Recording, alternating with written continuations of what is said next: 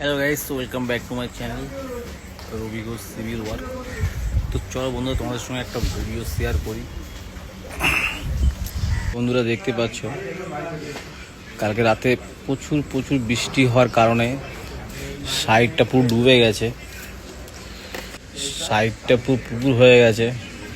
সামনেই দেখতে পাচ্ছ ওটা 2400 প্লাই দিয়ে সেন্টারিং করা আছে, আর 300-400 মতো জেগে আছে। মানে বুঝতেই পারছো, ওর নিচে আরও ক্যাপ আছে 1.5-2 মিটার নিচে। মানে কতটা জল হয়েছে বুঝতে পারছো।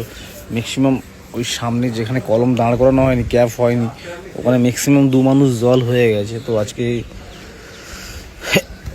এখনও ওয়েদার চেঞ্জ হয়নি, মোটামুটি এখনও ওয়েদার অনেকটাই খারাপ আছে। আমাদের 10খানা ক্যাব রেডি হয়েছিল আজকালের মধ্যে। আমাদেরকে কমপ্লিট করে পূজায় বাড়ি যেতে হতো 26 তারিখ। তো জানি না কি হবে, এরকম পরিস্থিতির মধ্যে আছি।